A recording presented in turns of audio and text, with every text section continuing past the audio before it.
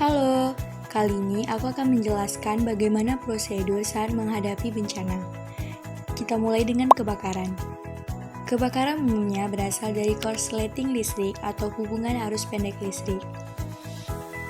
Lebih dari 17.000 kebakaran di 2021, 5.000 diantaranya akibat korsleting. Lalu bagaimana prosedur evakuasi kebakaran?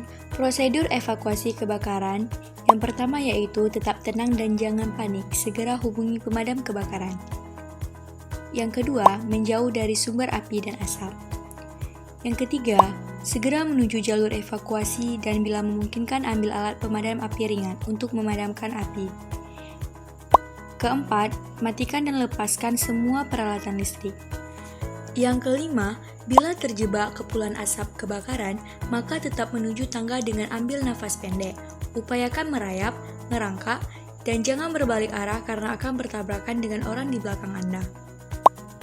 Yang ketujuh, bila harus menerobos asap, maka tahanlah nafas Anda dan lari menuju jalur evakuasi. Dan yang terakhir, jika kebakaran tidak dapat diketahui, tutup semua pintu ruang yang terbakar dan segera tinggalkan tempat tersebut melalui tangga darurat ke titik kumpul. Pada lantai 2 Kemenkumham Aceh, tangga terdapat di ruang tunggu atas dan ruang tunggu Kakanwil. Kebakaran juga dapat terjadi karena bencana, salah satunya gempa bumi.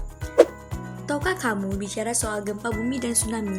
Indonesia menjadi salah satu negara dengan potensi terjadinya gempa bumi dan tsunami yang cukup tinggi karena berlokasi di cincin api Pasifik dan dilalui oleh jalur pertemuan dari 3 lempengan tektonik.